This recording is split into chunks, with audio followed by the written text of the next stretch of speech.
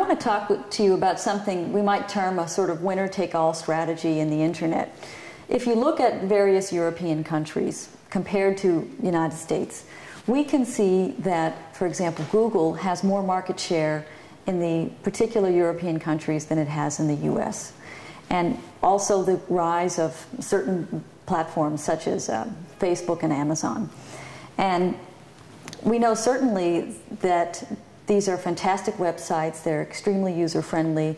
They're able to localize the language and content for the particular audience. So, for example, we have a common situation in Denmark today where Danes, who are extremely digital anyway, they spend a lot of time online, they will spend more time on Google, Facebook, and YouTube than the top 20 Danish websites. So, and I think we can definitely say, you know, users have the ability to find the content they want and consume it. But it raises the question now, what is the digital future around taxation and employment? The particular websites, the way that they have their monetization models, they don't necessarily pay tax in the countries where they operate. The employees sit in other places. So as all the commerce and activity is moving to particular platforms where the ownership is in the US, but the activity is in every other country, there are questions around how can tax be recovered, how can employees survive under this model, and so on. So I'm curious what thoughts you might have about the policy questions it raises, or different ways to go about regulating, or is it better to have a laissez-faire kind of hands-off regime? Well, it's certainly better for the American companies to have a laissez-faire or hands-off policy. Well, paradoxically, we're having this discussion at a time when the world's looking at the decline of American dominance in so many other areas, and yet this is an area where their dominance or supremacy seems to be growing. Well, American companies have long suffered from an abundance of arrogance. And arrogance simply comes from success.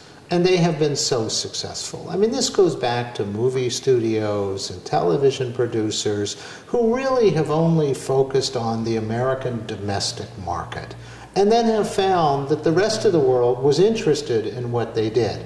And they made no concessions to the rest of the world as far as trying to incorporate culture or differences. They said, here is our stuff. Here are our movies. Here is our television. And here's our music, although music not quite as American dominated.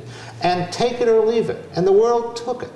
And no concessions, no thoughts were ever made to where this goes. Sometimes some local markets had to make some changes. And I would argue that's primarily the attitude where Google and Amazon and Apple and Microsoft started from.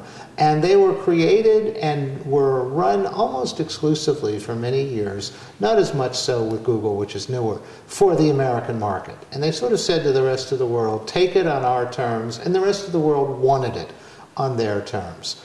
And they would, and you know, companies like Amazon even was arrogant in the US. They would go in and say, we're not paying any sales tax. We're putting our distribution centers in states with no unions, and the lowest, we're not contributing much back, and yet we're taking money from all these mom and pop stores that support the tax base and support the community. So I think it's absolutely reasonable for other countries to say, we welcome the quality and the innovation of what you bring, but you have to play in our country on our terms. And you have to really put some, while you're taking all this money out of our country, and you're taking it for legitimate reasons because people demand what it is you offer, you have to put something back in. And I think that's entirely reasonable. And I think furthermore, you have to understand who we are.